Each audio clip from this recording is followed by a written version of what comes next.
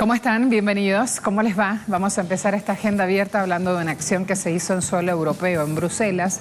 Este fin de semana se creó la Red de Solidaridad con Venezuela. Hoy vamos a hablar de eso en nuestra agenda abierta. Preguntamos en redes sociales, en Twitter, ¿suma para dar a conocer la verdad sobre este país? Para extender la verdad en el mundo, allí posibles respuestas. Además, hoy vamos a estar muy atentos también a los hechos en España. Pasó Leslie, generó pérdidas humanas, también pérdidas materiales. España y Portugal fueron puntos castigados por esta tormenta. En Perú hay manifestaciones políticas y sociales que levantan la atención. Toda esta semana se sigue desde medios de comunicación y desde la sociedad misma con atención el caso de Keiko Fujimori, que tiene que dar la presentación judicial. Además, hay otros políticos también implicados. Hoy vamos a estar hablando de esta cuestión aquí y preguntamos en redes sociales, entonces, hablando de este caso que mantiene en vilo al país. ¿Es un caso cerrado? ¿Avanza la impunidad? Avancemos nosotros desde aquí con nuestro espacio en Telesur, Agenda Abierta. Este sábado fue constituida en la ciudad de Bruselas, Bélgica, la Red Europea de Solidaridad con la Revolución Bolivariana. Los integrantes declararon que defenderán la soberanía, autodeterminación del pueblo venezolano y su proceso revolucionario. La red publicó un escrito señalando que Venezuela enfrenta una serie de agresiones en aras de derrocar a la Revolución Bolivariana por vías no convencionales, intentando crear las condiciones internacionales para justificar una intervención militar por parte de Estados Unidos. Hoy, en Agenda Abierta, analizaremos la conformación de esta nueva red. ¿Qué hará la comunidad internacional ante esta nueva unión? ¿El chavismo es sinónimo de resistencia en el mundo? Cubo Información mencionaba, así nació en Bruselas la Red Europea de Solidaridad con la Revolución Bolivariana. Fue este sábado, están allí sumando imágenes de este evento, esta constitución de la red, con la cual, a través de este tejido, se busca resistir las permanentes guerras mediáticas que se hacen contra este país. En esta cita, el sábado pasado, estuvo la embajadora de Venezuela ante el Reino de Bélgica, Luxemburgo y la Unión Europea. Ella es Claudia Salerno. En su discurso ratificó el compromiso que tiene el gobierno venezolano, fundamentado en la diplomacia de los pueblos con la solidaridad europea. Ahí entonces, planteadas algunas de sus palabras, luego vamos a ir transitando el tema. 19 Digital dice Nicaragua presente en la conformación de la Red Europea de Solidaridad con la Revolución Bolivariana. El embajador nicaragüense en Bélgica destacaba la importancia justamente de esta red para hacer esta defensa. Hablaba también de los logros conquistados en Revolución Popular y que el gobierno sandinista justamente apoya estos intentos de resistencia en Venezuela contra esas potencias imperiales que atentan contra la paz, el progreso y la erradicación de la pobreza. Además, hasta ahora hay un tuit de Nicolás Maduro que también vamos a resaltar. ¿Por qué? Porque pasó esta acción. Si quieren, se van con la imagen directamente. El presidente Maduro agradeció la solidaridad del pueblo vasco al manifestar su respaldo a Venezuela y a la Revolución Bolivariana, muestras de apoyo que expresan el sentir de los pueblos del mundo al ver en nuestra patria un claro ejemplo de lucha e independencia.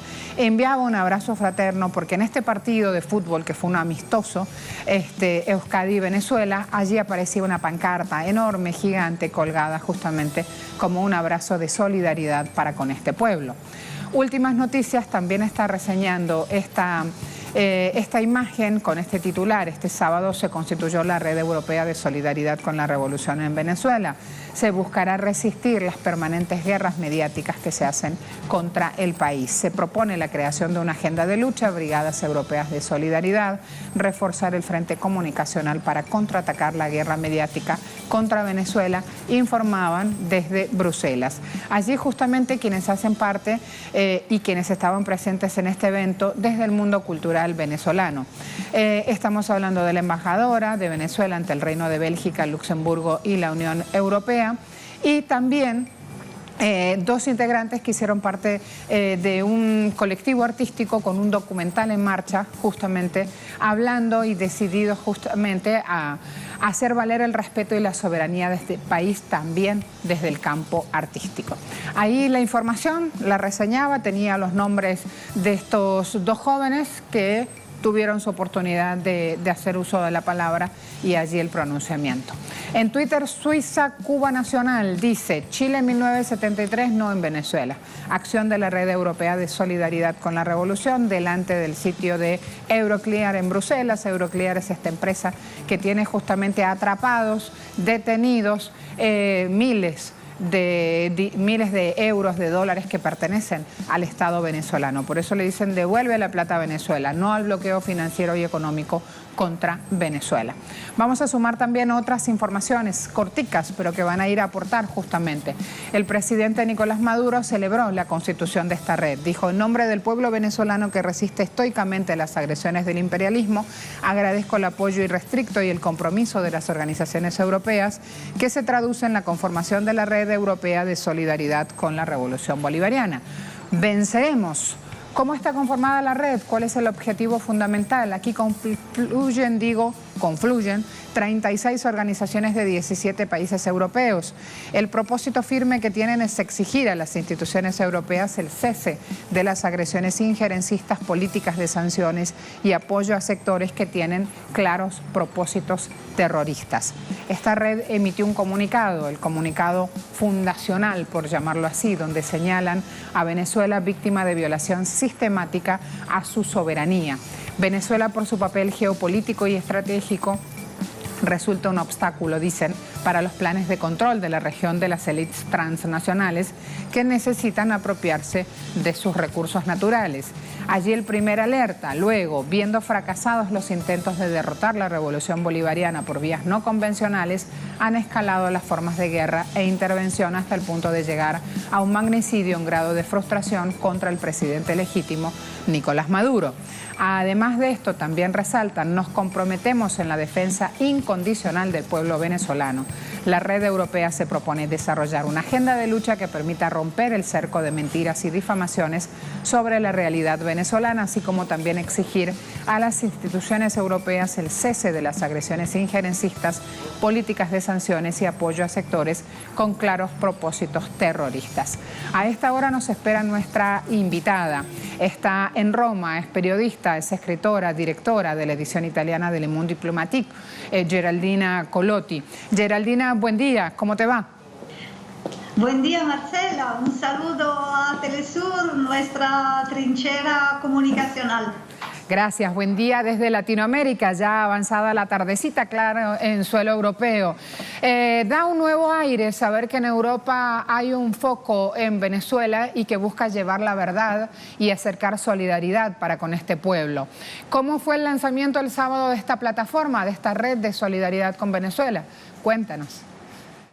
Sí, me parece muy importante, no solamente, como tú ya has dicho, por la presencia fundacional de 17 países, de representaciones de 17 países, de 36 organizaciones presentes, pero muchas otras se van sumando porque el proyecto es fuerte, es una novedad bastante importante, sobre todo en el contexto actual, y donde Europa es una parte activa del nuevo Plan Cóndor contra Venezuela, un Plan Cóndor que pasa por un bloqueo económico-financiero, por un ataque diplomático y por un ataque sobre todo ideológico, mediático. Italia, sobre todo, el país donde yo vivo, es uno de los actores fundamentales porque hay una izquierda, entre comillas, desafortunadamente, que se sumó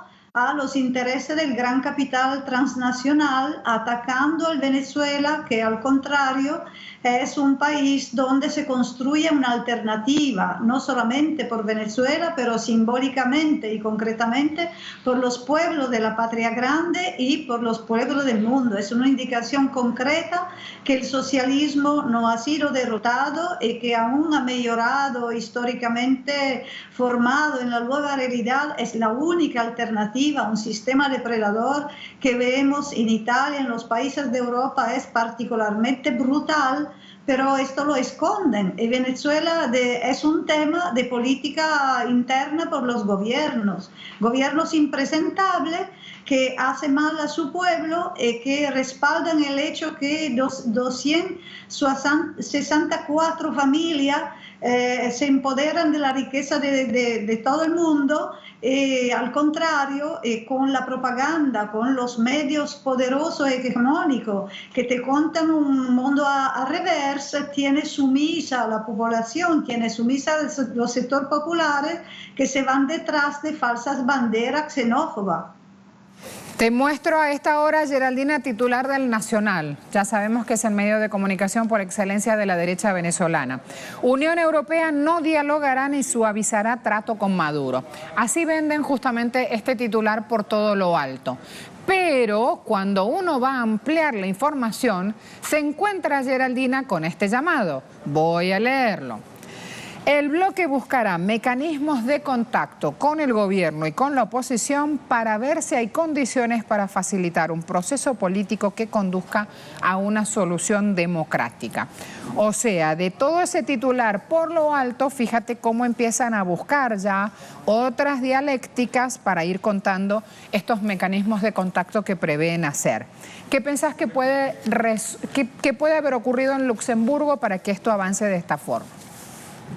Bueno, antes de todo sabemos que los integrantes del sistema capitalista son tiburones que se comen entre ellos, que tienen contradicciones fuertes, pero que cuando se trata de unirse contra el enemigo común, este enemigo es el socialismo y siempre tratan de poner una mentira general sobre esto. Eso pasa sobre un plan general. En el plan concreto hay contradicciones, porque vemos que la España ya con el moderado Zapatero no fue de acuerdo para nada cuando la oposición golpista venezolana recibió su llamada de su dueño norteamericano y rompieron la tratativa con la cual se gastó mucho dinero que habría podido ser por el pueblo. Y al contrario, ellos quisieran pasar la idea que había una guerra, entonces que necesitamos de un proceso como en los lugares de conflicto, ¿no? Y después lo rompieron, porque, claro, una vez más, sus dueños norteamericanos quisieron cortar todas las contradicciones que había en el anterior mismo del sistema, entre, por ejemplo, la posición moderada del Zapatero, que ahorita está una nueva vez en la ventana de España, y la posición más derechista, más golpista, que financió el magnicidio en grado de frustración contra el presidente Nicolás Maduro, que habría tenido a hacer una masacre en sus intenciones de toda la dirigencia y de todo el pueblo que estaban ahí, la Fuerza Armada, los jóvenes, y bueno, y todo eso se ocultó de la misma manera como se dijo ahorita esta cosa de la Unión Europea, se lo ocultó, siguen poniéndole comillas al magnicidio en grado de frustración, cuando los mismos integrantes, los mismos fascistas de esto que lo organizaron desde Estados Unidos, desde Colombia, lo dijeron, se lo reivindicaron. Aquí en Italia, uno de los más grandes periódicos que se dice respetuoso de la legalidad, hizo una entrevista al señor Ledesma, donde estos señores, lo mismo hace con Borges, con toda esta que se pasea en todo lado del mundo gritando que tiene hambre, no sabemos bien quién le paga todo esto viaje. Que se viene diciendo que el magnicidio ha sido bien, que al contrario, que se tiene que continuar en esta vía porque contra el dictador Maduro no hay nada que hacer de otro. Tan dictadura hay en Venezuela que pueden decir todo eso sin que ninguno se vaya en la cárcel.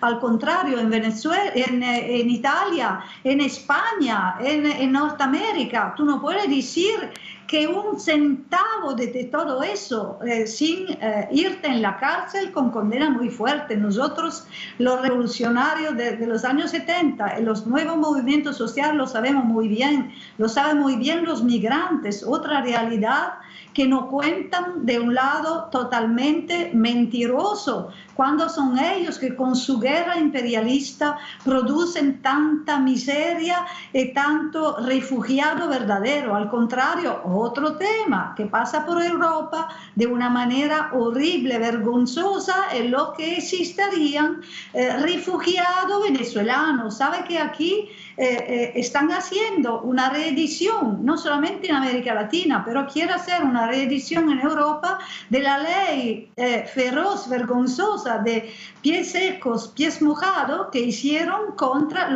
con los revolucionarios, los antirrevolucionarios, anticastristas, anticubanos.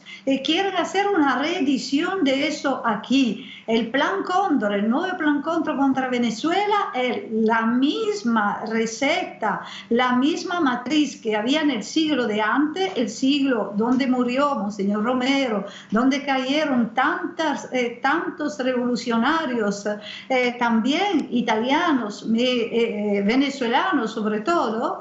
Quiere hacer la misma cosa utilizando la misma mentira. Ellos son los verdugos y se quieren hacerse pasar como si son las víctimas de una dictadura, la dictadura del socialismo. No, señores, al contrario, nosotros somos la vida, la paz con justicia social es una alternativa que viene de Venezuela, que viene de Cuba, que viene de los países de la patria grande, que no se arrodillan, que quieren una nueva independencia, una nueva integración por la patria grande, que es un mensaje por los pueblos de Europa también, donde hay una Unión Europea que es una Unión Europea de los poderosos, no una Unión Europea de los pueblos, y por eso hay mucha lucha, y por eso mucha gente, si nosotros sabemos trabajar bien, puede ver que defender la verdad de Venezuela es defender su propio futuro.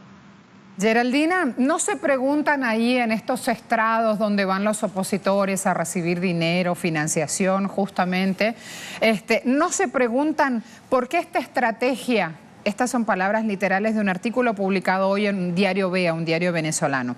No se preguntan por qué la estrategia de ciudad medieval cercada, imagen que certeramente utiliza el relator de Naciones Unidas para describir la conducta de Estados Unidos hacia Venezuela, acosada por el corte de suministros vitales y condenada al hambre por viles maniobras del imperialismo. No se preguntan por qué resiste aferrada la población a su gobierno y no se producen las esperadas rebeliones populares y el desbordamiento de las masas soliviantadas por la miseria y la escasez, esa imagen con la que sueñan. En este artículo publicado por el diario Vea dice, la oposición, hablando de la oposición venezolana, las fuerzas nacionales opositoras, esa oposición es capaz de vender su alma al diablo y procurar más desgracias para Venezuela. Nadie plantea justamente por qué, a pesar de todo lo que hacen, el pueblo sigue junto al gobierno que votó en urnas. Bueno, gracias Marcela, porque esto muy bien puesto es el tema. El capitalismo se basa en una gran mentira, empezando por la naturaleza verdadera de la contradicción entre el capital y el trabajo, que este sistema en crisis estructural busca resolver siempre con guerra de agresión, con guerra imperialista. Nos hacen creer que el bienestar del capitalismo es el bienestar del pueblo. Es exactamente el contrario, porque no se ve esta correlación de fuerza. La historia es historia de lucha de clase, no es historia que siempre cuando los ganadores se vuelven, empiezan a imponer su mentira de este cuento de una realidad al revés. Por eso no se ve la lógica. ¿Cómo podría ser que un pueblo sufriendo hambre, como ellos dicen, sufriendo dictadura y todo, puede continuar a a hacer 25 elecciones, perdiendo 2, ¿no? Como lo sabemos, la 25ª elección va a ser, como lo sabemos, el 9 de diciembre. ¿Cómo puede respaldar, soportar un gobierno tan dictatorial? ¿Cómo puede un gobierno tan dictatorial hacer más de 2 millones de viviendas a favor del pueblo cuando nosotros en Italia nos rechazan porque los derechos son privilegios? Porque cuando volvieron, que nosotros no logramos tomar el poder en los años 70, arrastraron con todo, las pensiones, los derechos laborales, los que vemos en Brasil, en Argentina. Y además lo que se ve que su receta no funciona. Porque en Argentina, además de endeudar los pueblos por generaciones con el Fondo Monetario Internacional, la gente está mal. No es verdad que quiere que la clase media tampoco tiene toda esta riqueza que le parece el objetivo del mundo. En Brasil, la primera cosa que hicieron, arrastrar con la pensión, el golpista Temer, y ahorita va a ser mucho peor. Con esto nazista, xenófobo, yo me uno como todo, como la red también europea de solidaridad con la revolución bolivariana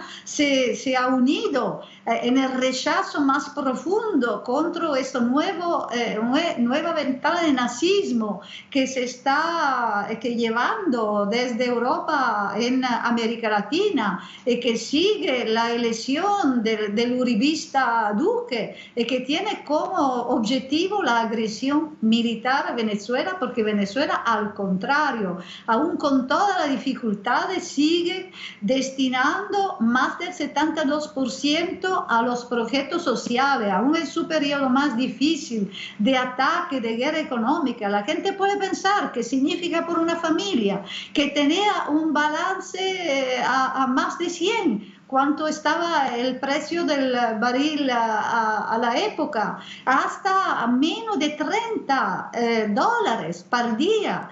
Claro, la primera cosa que hicieron, por mucho menos, en países como Italia, donde los ricos siguen siendo más ricos, los pobres siguen siendo más pobres, es cortar los derechos sociales, pensando y diciéndonos que son gastos. Con este sistema nos hace creer que no hay alternativa. Al contrario, la única alternativa es la división de riqueza. Al contrario, la única alternativa es que la concentración hegemónica de los monopolios tiene que ser destruida, y que el poder popular, con sus controlorías sociales, como está haciendo en Venezuela, después el gran plan de recuperación económica, que tan miedo, tan asusta al gran capital internacional, está haciendo en Venezuela. Y lo que no nos dicen siempre en esto cuento al revés, es que al contrario, en un consulado, en las embajadas, hay una cola de emprendedores que quieren ir a investir en Venezuela. Y si se van en Venezuela, donde no hay maquilladoras, donde se tiene que respetar la ley de laborales, la ley de la naturaleza, se tiene que respetar la independencia, la soberanía del Estado, es a decir que hay un margen de ganancia que ellos hacen y que al contrario los capitalistas aquí no lo dicen porque quieren mostrarnos un país derrotado, donde el socialismo ha fracasado, porque como decimos, el acto fundacional de la Red Europea de Solidaridad quiere empoderarse de los recursos de los países, no solamente los grandes recursos de hidrocarburos, sino también la del agua. Atenciones, lo sabemos nosotras, los camaradas y la camarada, que la maniobra conjuntas que se hicieron desde el año pasado en la Amazonía, en Brasil, a la frontera con Venezuela, permitieron por la primera vez, lo permitió el golpista Temer, permitieron los Estados Unidos a la Fuerza Armada de los Estados Unidos de ir a conocer de cerca todos los secretos militares de un país. Esto es un peligro porque lo sabemos bien que, como ya no digo la fuente del Datagate hace años, hay muchísimas bases militares también encubiertas que siguen continuando los planes del Plan Cóndor del siglo pasado con nueva modalidad. Una de estas modalidades es crear una emergencia a la frontera con Venezuela para que se hacen su proyecto como Libia, ¿no? Como Siria, siempre siguen lo mismo guión, pero con Venezuela lo aplicaron todo al mismo tiempo. La Revolución Naranja, la guerra de cuarta, de quinta generación, hay todo. Es un laboratorio Venezuela para la guerra no convencional, pero además es un fuerte laboratorio para nosotros, de poder popular, de la comuna, de cómo se pone lo mismo problema de la revolución bolchevique en una nueva fase. Lo mismo problema que ha tenido que enfrentarse Cuba, se van a enfrentar en este nuevo siglo. Es un mensaje para nosotros de ver, mirar en los ojos la realidad, saber distinguir los enemigos de los falsos amigos y ver también que esta nueva fase, no importa si Venezuela logró, no con las armas, sino con los votos, ir al gobierno, necesita más de defensa, más de solidaridad, más de internacionalismo, más de sacrificio, de lo que hicieron los revolucionarios del siglo de antes cuando no estaban solos, cuando no eran como una isla encerclada de tiburones. Venezuela y Cuba son eso, pero la red en su pequeño, pero que no quiere quedarse en pequeño.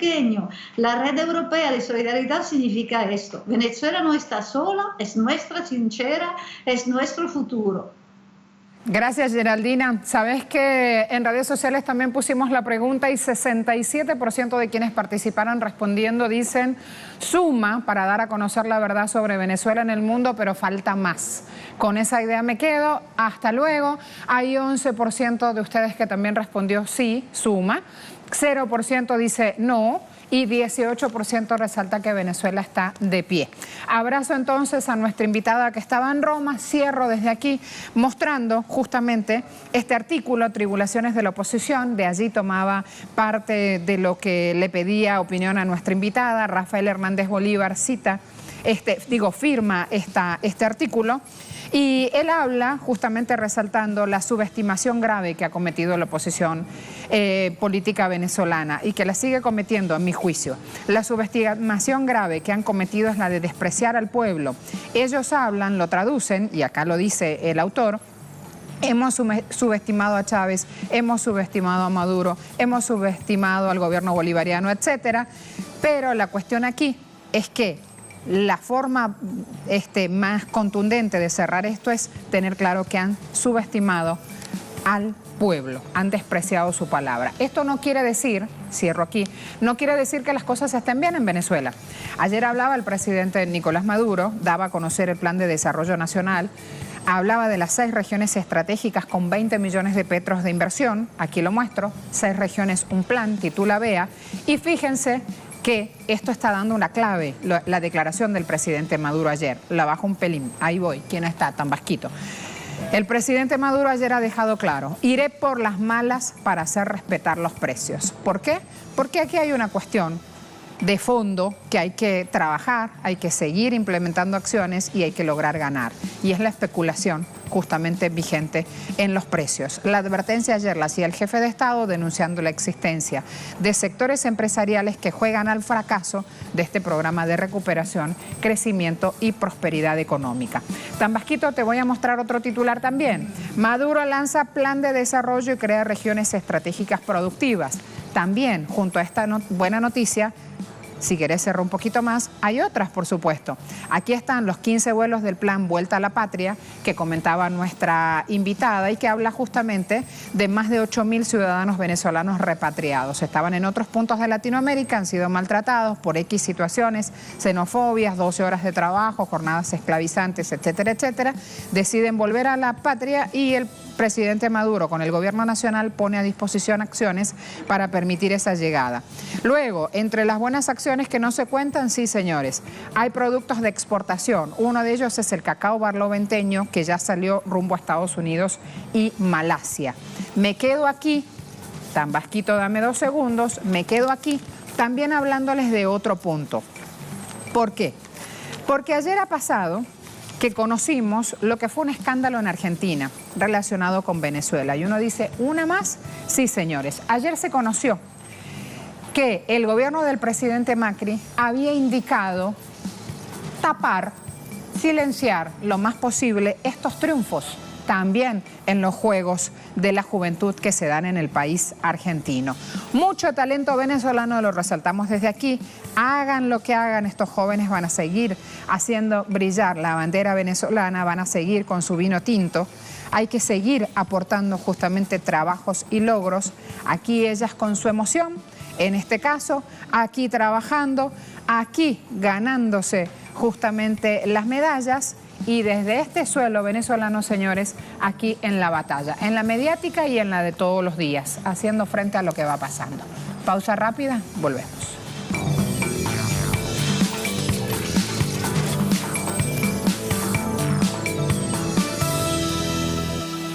¿Quién es Leslie? ¿Qué hizo en España? ¿Qué hizo en Portugal? Nuestro compañero de tareas desde el suelo europeo, Joan Ortiz, nos actualiza. Cuando quieras, Joan. ¿Qué tal? ¿Cómo estás? Saludos desde Barcelona. Las últimas cifras que nos llegan son estas, la de 11 víctimas mortales después de ese frente tan activo que pasó primero por Cataluña, pero que donde hizo realmente daño fue en la zona de Occitania, concretamente alrededor de la localidad de Carcassona. Reportan las autoridades francesas esta cifra, la de 11, aunque es una cifra que ha ido bailando en las últimas horas. Primero decían 13, luego decían 12, ahora finalmente se queda en 11, pero es una información que está evolucionando y que hay que ver si cambia o no el resultado. Lo que podemos asegurar es que la crecida del río ha sido espectacular, que ha subido 8 metros, se esperaba que subiera todavía 2 metros más, que en muy pocas horas ha llovido lo que suele llover en esta zona entre 3 y 4 meses. Para que se hagan a la idea, han sido 296 litros por metro cuadrado. El récord de esta zona aquí en Cataluña fueron 200 litros por metro cuadrado. Allá han sido unas precipitaciones mucho más fuertes y además la previsión es que todavía siga lloviendo en absoluto con la misma intensidad, pero sí pues lloviendo y lloviendo sobre mojado en unos terrenos que estamos viendo completamente pues inundados por el agua. Todavía hay alerta roja en varias localidades y algunas de las historias personales que tienen que ver con estas víctimas son realmente fuertes, impresionantes, porque incluso el río llegó a entrar dentro de la casa de una de las víctimas que estaba en los bajos y la fuerte corriente se la llevó. Esas son las noticias, como decía, que nos llegan de Francia. Aquí en Cataluña, pues mucha más tranquilidad, mucha más calma, aunque sí que han subido el cauce de los ríos, sí que se está advirtiendo que por favor no se acerquen los vecinos a determinadas zonas donde los ríos ya han salido de sus cauces y la previsión, eso sí, es que en los próximos días vuelva a llover. Tampoco con la misma intensidad, pero sí que vuelva a llover. Vamos a estar atentos de si hay más desperfectos, si no y cómo va evolucionando todo. Muestro rapidito, prensa venezolana, El Universal, al menos 12 muertos por inundaciones en el sur de Francia. Es uno de los fenómenos más mortíferos del sur del país desde el año 99. Aquí están reseñando en una fotografía pequeña las personas evacuadas, 1000 de un pueblo que tiene 1500 habitantes, para darles una idea ya, porque se desbordó un embalse y existieron también otros desalojos. Montpellier, este pueblo se llama Pessin, y además están reseñando las palabras del presidente Macron, enviando su solidaridad a toda la nación por los damnificados, asegurando que todos los equipos de rescate están movilizados. Aquí tienen algo más de la información. Me voy también a Perú. Pese a las manifestaciones que exigen la destitución de Pedro Chávarri, la mayoría del Congreso de la República votó en contra de esa denuncia. Uno de los puntos para reseñar en todo este capítulo corrupción, Perú, que en un ratito ya vamos a empezar a desmenuzar. Cuando quieras, por favor, Jaime, hablemos. Muchas gracias por el pase. En efecto, pese a que la gente ayer salió a las calles para presionar al Congreso de la República, destituye e inhabilite al fiscal de la Nación, Pedro Chávarri, esto no ocurrió. En el Congreso de la República, la mayoría de congresistas fujimoristas y apristas votaron en contra de esta denuncia constitucional y el fiscal de la Nación, Pedro Chávarri, continuará en el cargo los siguientes días. A él se le acusa de formar parte de una red criminal denominada Los Cuellos Blancos del Puerto, que incluye a jueces, a políticos y que estarían involucrados inclusive en casos de narcotráfico. Según dieron a conocer durante la sesión permanente del Congreso de la República, congresistas como por ejemplo Juan Cheput decía: existen suficientes pruebas que incriminan a Pedro Chávarri, que él negó en algún momento estar relacionado, estar vinculado, haberse reunido con los jueces involucrados en esta red criminal. Sin embargo, las evidencias luego hicieron que él mismo reconozca que había mentido. Pese a ello, los congresistas que ayer participaron de esta reunión dijeron que no habían evidencias y lo blindaron. También existen evidencias y se publicaron nuevos audios que evidencian también que para que el fiscal Pedro Chávarri acceda al cargo de fiscal de la Nación, se habían modificado algunas notas en el Consejo Nacional de la Magistratura en la evaluación que se hace a los fiscales supremos. Eso obviamente es una de las irregularidades que también pesan sobre el fiscal de la Nación y que los congresistas fujimoristas y apristas no lo consideraron al momento de votar. Lo que la gente en las calles dice es que existe un juego en pared entre congresistas de estas bancadas apristas y fujimoristas y este grupo de fiscales para beneficiarse de manera mutua. En este caso, por ejemplo, evitando de que el fiscal sea censurado, sea inhabilitado, pero el fiscal de la Nación, Pedro Chávarri, también podría beneficiar al fujimorismo y al aprismo. Recientemente hubo una cancelación del trabajo de una fiscal que se encontraba casualmente investigando tanto al partido aprista como también a los fujimoristas. Ella de pronto fue cesada en su cargo sin ningún tipo de comunicación a su jefe superior ni tampoco a ella, algo que según muchos es desde todo punto de vista irregular. Todo ello no solamente ha generado las manifestaciones en la calle ayer, sino también a la convocatoria para el día de mañana miércoles desde las 5 de la tarde, una jornada nacional de lucha justamente contra estos casos de impunidad, contra estos casos de corrupción que se vienen dando tanto en el Congreso de la República como en el Ministerio Público, pero también a la recientemente aprobada ley Fujimori, una ley que, como ya lo habíamos comentado en notas anteriores y despachos, que favorece no solo a Alberto Fujimori. Bueno, en inicio fue aprobada evidentemente para que Fujimori no regrese a la cárcel tras la anulación de su indulto, sino que también podría acompañar con otros beneficios para, por ejemplo, actualmente condenados por delitos de violación de derechos humanos, por corrupción, por homicidio. Es el caso, por ejemplo, de Vladimiro Montesinos, asesor del expresidente Fujimori, o como, por ejemplo, paramilitares que durante el gobierno de Fujimori o el primer gobierno de Alan García incurrieron en matanzas. Muchos de ellos han sido condenados recientemente y ahora con esta ley lo que podrían hacer es valerse de esta norma y poder salir libres a sus casas para cumplir la condena con arresto domiciliario. Un tema que también obviamente ha causado el rechazo de la población. Esto no lo decimos nosotros, lo dicen las encuestas. Estudios de opinión, por ejemplo, mencionan que el Congreso de la República consideran, mejor dicho, que el Congreso de la República es uno de los órganos del Estado más corruptos. Hay una desaprobación bastante alta que casi alcanza el 90% de la población y que sin duda, por ejemplo, consideran que el fiscal de la Nación, Pedro Chávarri, también debería ser depuesto de su cargo por los casos de corrupción en los que han sido involucrados. Todo esto, una serie de actos que se han venido dando en estos aparatos del Estado que generan que la crisis política que padece Perú, según muchos analistas, se vaya profundizando. Con esta información volvemos con ustedes, compañeros. Muchas gracias, Jaime. Me voy rapidito. Hispan TV, China promete apoyar libre comercio ante el proteccionismo de Estados Unidos. Aquí la decisión Asia y Oceanía, China. Fíjense que está cuadrada la información. De acuerdo con el responsable chino, el libre comercio no contradice el comercio justo. Sin libre comercio no hay comercio justo y sin comercio justo el libre comercio no logrará un desarrollo sostenible. Esto es parte de la conferencia de prensa junto a Mark Rutte en La Haya, en Países Bajos. Allí allí está Lique Qian, viene en una gira, también está apuntada de Latinoamérica allí, así que estamos siguiendo sus pronunciamientos a medida que avanzan esos encuentros que tienen carácter de visita oficial. Al-Mayedin, vamos a sumar también este titular. Fuerzas de ocupación israelíes asaltan aldea palestina de Khan al-Ahmar. Fuerzas del régimen sionista ingresaron el lunes en esta aldea palestina, este de Jerusalén ocupada. Miren las imágenes, durísimas.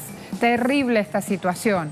Según la propia fuente, hubo enfrentamientos con los sionistas de 2 activistas extranjeros que fueron arrestados. Excavadoras, sí, cuando hablamos de que arrasan el lugar donde viven, sí, señores, excavadoras, vehículos militares desplegados en este asentamiento. Miles de años llevan estas familias en este territorio y va el ejército. Dejen la imagen, por favor, así no la tenemos cortada.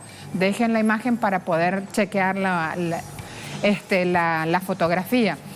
Miles de años llevan en esta aldea. Estos son pueblos originarios y mire lo que hace el Estado sionista de Israel. Vemos RT también, Siria, Bashar al-Assad con una decisión podría visitar el mandatario sirio el Foro Económico Internacional de Yalta en Rusia.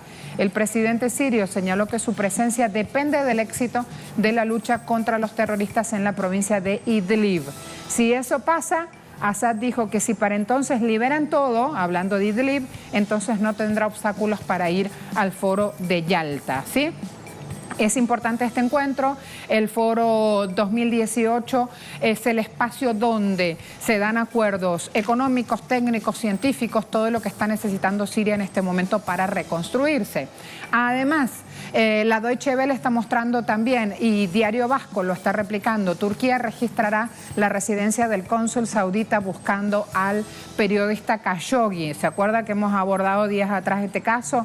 Están encontrando varios indicios para hoy poder tener algún pronunciamiento. Atentos, este periodista es un periodista de origen saudita, crítico con el rumbo de la monarquía en su país. Fue a un espacio diplomático a retirar papeles al consulado para casarse nuevamente y nunca más salió de allí. Se investiga justamente qué es lo que ha pasado. Además, cortita, dejo el wall y nos venimos aquí. Como ha levantado expectativa, lo que les comentaba, el titular de Diario Vea, Maduro, iré por las malas para hacer respetar los precios, amplío. Presidente Maduro anuncia acciones concretas contra especuladores. Habló anoche, la locución fue el de alto impacto. Yo he querido que todo esto vaya por las buenas, ha dicho el mandatario, pero si hay que hacerla por las malas iremos entonces, ¿sí? ¿Cuáles son los anuncios? Hay múltiple información. Por un lado, la decisión de hacer respetar los precios justos. Por otro lado, el derecho a abastecimiento seguro que tenemos todos los habitantes de este país. Tienen que respetar al pueblo, a los sectores capitalistas, especulativos y parásitos de este país. Así lo creo y lo voy a hacer, ha dicho el presidente Maduro. Para torcerle el brazo al pueblo, muchos de ellos incorporados en conspiraciones políticas con cálculos extraños que nunca se les van a dar. Acciones entonces que vamos a ir durante el día reseñando en nuestra pantalla. También estas decisiones económicas de aportar 20 millones de petros para regiones productivas, también este punto en el que se trabaja, que aquí está resumido en este titular o en esta bajada de titular. La mesa del venezolano se nacionalizó. Dejo entonces la revisión de noticias a esta hora en ámbito político, en ámbito social. Me voy al ámbito deportivo. Me espera Yuki. Vénganse los buenos. Hola, don Yu. Hola, ¿qué tal, Marcela? Buen día. ¿Cómo estás? Muy bien. Buen día a todos. ¿Qué tal? Ayer espichaste 2 cauchos. Quiere decir que se le explotaron en el camino. ¿Sí? 2 llantas, sí, es así, pero llegué. ¿Llegaste? Sí, logré llegar a tiempo. Primero tuviste que volverte a tu casa, dejar el caucho con las ruedas desinfladas y después de eso viniste aquí. Es panorama así. De lluvias, panorama de cortes eléctricos, ¿cómo encontraste todo en el camino? Había algo de un corte eléctrico, pero también logramos llegar el día de hoy, gracias a la gente de transporte también y del canal, que siempre están ahí prestos para... Hemos chequeado también que metro de Caracas, que mueve a millones de personas durante el día, está funcionando, porque ayer hubo una interrupción eléctrica del servicio también. Importante, sí. En el momento del almuerzo. Todo está funcionando normal. Acoto esto para meterme ya en suelo deportivo, compañerito. Es así. A quienes no les han cortado la luz gracias a Argentina, que sigue con luz dorada, Marcela. Ojo, luz dorada. Luz dorada. Y por 3. Ayer lograron 3 medallas de oro. Es el mejor latinoamericano ubicado hasta el momento en el medallero de latinoamericanos en los Juegos Olímpicos de la Juventud, Marcela. Buenísimo, avanzar más. Vamos a hablar de esto. Empezamos con los Juegos Olímpicos Juveniles. Buenos Aires 2018, como lo decimos. Argentina sigue cosechando victorias. En este caso, los anfitriones sumaron 3 medallas de oro. Cuba tampoco se quedó atrás y consiguió además su tercera presea. Vemos acciones en donde los argentinos se impusieron en el rugby. Los Pumitas 7. Allí se consagraron campeones tras imponerse en la final ante Francia por 24 unidades a 14 en la cancha del Club Atlético San Isidro. Nicolás Roger lideró al albiceleste con 9 unidades. Por otro lado, el joven Fausto Ruesga, uno de los integrantes del baloncesto 3x3 en el concurso de volcada, se llevó el metal dorado superando al ruso Nikita Remisov. Fausto pidió ayuda de sus compañeros, de hecho, para realizar sus clavadas impresionantes. Allí la definición, que fue emocionante, pues Remisov y Ruesga sumaron un total de 81 puntos con sus 3 volcadas y la definición culminó en el desempate. Por otra parte, Cuba logró así también su tercera medalla dorada en estos Olímpicos Juveniles gracias al saltador Lester Lescay, quien aseguró su medalla con salto de 7,89 metros, allí además de 89 centésimas. En el podio lo escoltaron el australiano Joshua Conley y el japonés Koki Wada. También hubo otras medallas importantes, la primera de Ecuador y también la otra de Argentina llegaría en el lanzamiento de martillo. Y vemos allí cómo está marchando el medallero actualizado al momento. Rusia con 24 títulos olímpicos juveniles, 14 de plata, 9 de bronce. Allí también China le está escoltando en el segundo lugar con 15 metales dorados. Por su parte, Japón se encuentra en el tercer puesto. Hungría se mantiene en el cuarto lugar, mientras que los equipos mixtos están en el quinto puesto. Repasamos también el medallero latinoamericano. Ya lo decíamos, Argentina con 9 metales dorados en total, los 3 que sumó ayer. Colombia se mantiene en el segundo lugar, en este caso en la casilla 16 total. 21 se encuentra Cuba con 3 metales dorados, 25 México y Venezuela en la casilla 32. Es el quinto mejor latinoamericano con 2 metales dorados.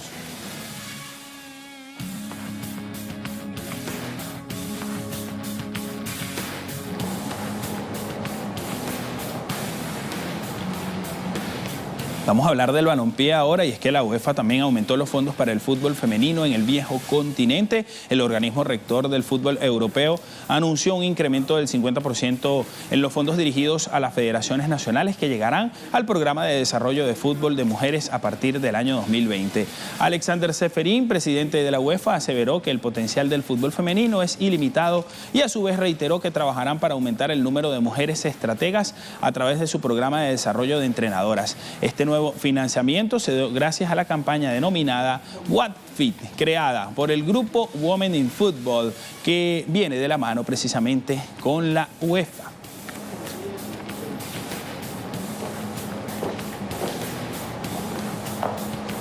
Bien, y en otras informaciones, Marcela, y también quería acotar, aprovechar que estás aquí presente para este titular rápidamente antes de irnos. Mira, Leones pasó a la cima en extra inning. ¿Qué tal? Se encuentra allí los Leones del Caracas en el béisbol venezolano en el primer puesto. Así que es un detalle importante que había que acotar, por supuesto. Noticias del béisbol caribeño. Otro de los titulares. Yo no quiero decir nada si ese es un talismán o no, pero vamos a ver si mañana llegas bien con las ruedas a trabajar, ¿sí? Sí, ¿qué tal?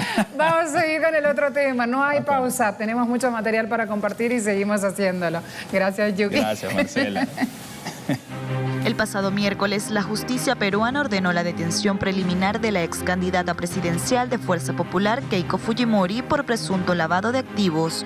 Keiko fue llevada a la sede del Ministerio Público, donde estaba citada a declarar por los aportes que recibió su partido para la campaña del 2011. Medida que también impacta en otras 19 personas, entre ellas los exministros Jaime Yoshiyama y Augusto Bedoya Camare. En su más reciente declaración, el ex hombre fuerte de Odebrecht en Perú, Jorge Barata, manifestó que la constructora entregó $1 millón en aportes para la campaña de Fujimori, hecho rechazado por su equipo jurídico. Desde diciembre pasado, Fuerza Popular intenta sacudirse de sus responsabilidades penales. Presentó unos videos en los que se veía a Kenji Fujimori, hermano de Keiko, y a otros congresistas en presuntas negociaciones para comprar votos de parlamentarios contra el proceso de destitución que enfrentaba Kuczynski en el Congreso a causa de sus vínculos con Odebrecht. Si bien se logró que Alberto Fujimori esté en su casa, la inestabilidad en el terreno político sigue presente por las diferencias entre los hermanos Fujimori y por los casos de corrupción que siguen impunes y muestran un Perú indolente ante los reclamos de su gente honesta. Análisis de actualidad en Agenda Abierta.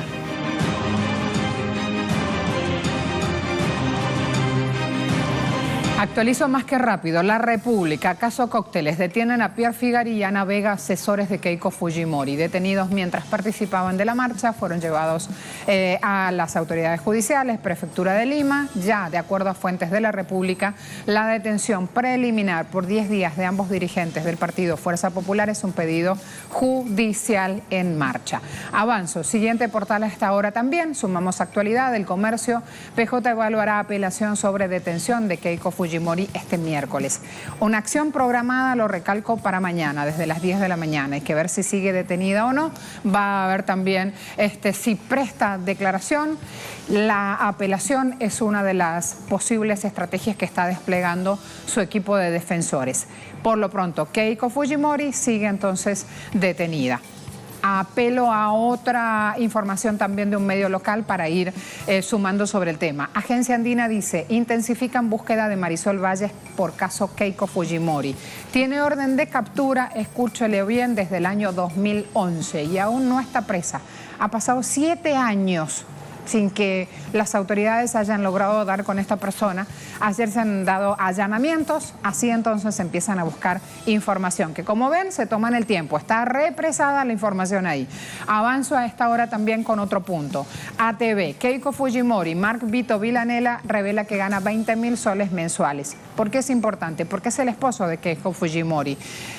Sorprendió este hombre cuando dijo cuánto gana mensualmente. Cuando le preguntaron en qué trabaja, dijo que es un exitoso asesor inmobiliario. Esto causa asombro en Perú porque nadie le conocía realmente ni por ese trabajo ni por esos montos que perciben mensualmente. Dejó muy claro que tienen separación de bienes y que Keiko Fujimori además gana otra parte, digamos, que cada uno mantiene sus fondos, ¿sí? Agenda de Marcelo Odebrecht. ¿Por qué es importante este hombre en toda la cuestión que se vive en Perú, en lo que día a día va generando titulares de prensa? Porque lo que están investigando justamente son los aportes de esta empresa brasileña Odebrecht a la campaña electoral de distintos actores políticos en Perú. Aportes ilícitos, ahí está el punto. ¿Qué encontraron en uno de los expedientes? Esta nota, aumentar Keiko a 500, con lo cual están usando esto de evidencia, las autoridades peruanas están usando esto como indicio de transferencias de dinero realizadas a Keiko Fujimori. Ahora vamos a avanzar con Héctor Béjar, que está en Lima, abogado y sociólogo, para tratar de entender por qué esta semana es crucial en la vida política de Perú a raíz de estas investigaciones judiciales. Bienvenido, profesor. ¿Cómo le va? Buenos días, Marcela. Esta semana es crucial porque se debe decidir en estos días si Keiko Fujimori va a seguir como detenida solamente preliminar o esa detención se va a transformar en una detención preventiva. Si es detención preventiva, será una detención por unos 18 meses como mínimo. ¿Es un caso cerrado? ¿Es un caso de impunidad el de Keiko Fujimori en Perú? Es un caso que viene siendo investigado desde hace 3 años. Ajá. Pero que está siendo investigado y lo más posible es que siga siendo investigado hasta una probable condena de Keiko Fujimori y toda la gente que la rodea, porque hasta este momento son 16 investigados más 4 detenidos ayer. ¿Por qué decimos que esto va a seguir investigado y que hay posibilidad de que haya una condena? ¿Qué puede cambiar entonces? ¿Este será el caso emblema para el sistema judicial peruano a la hora de mostrar que no tiene vínculos corruptos? Lo más probable es que Lo más probable es que los jueces y los fiscales han acumulado una cantidad enorme de evidencias, y justamente porque tienen esa cantidad enorme de evidencias acumulada es que decidieron tenerla durante 10 días para que responda a una gran cantidad de preguntas. Lo que está por verse, por supuesto, es de dónde venían los activos. Se supone que una parte viene de Odebrecht, pero Odebrecht solamente no explica todo. Está también el caso de Joaquín Ramírez y todo el lavado de activos, que tendría incluso relación con las redes de droga que dominan el puerto de Callao en el Perú en este momento. Entonces, hay un enorme volumen de indicios que deben ser convertidos en pruebas para que Keiko Fujimori sea definitivamente enjuiciada ante el Poder Judicial del Perú. Lo vamos a llamar justamente siguiendo los hechos, con su experiencia en terreno jurídico y también con su interpretación como sociólogo a raíz de los titulares de prensa que vemos justamente en Perú. Será hasta luego. Quedó entonces ahí pendiente esa palabra final de despedida. Nosotros hemos preguntado en Twitter, ¿el caso de Keiko Fujimori es un caso cerrado? Y miren lo que respondieron ustedes. 11% dice sí, 33% dice no, 56% dice impunidad eterna. A todos muchas gracias por ver Agenda Abierta. Sigan en sintonía.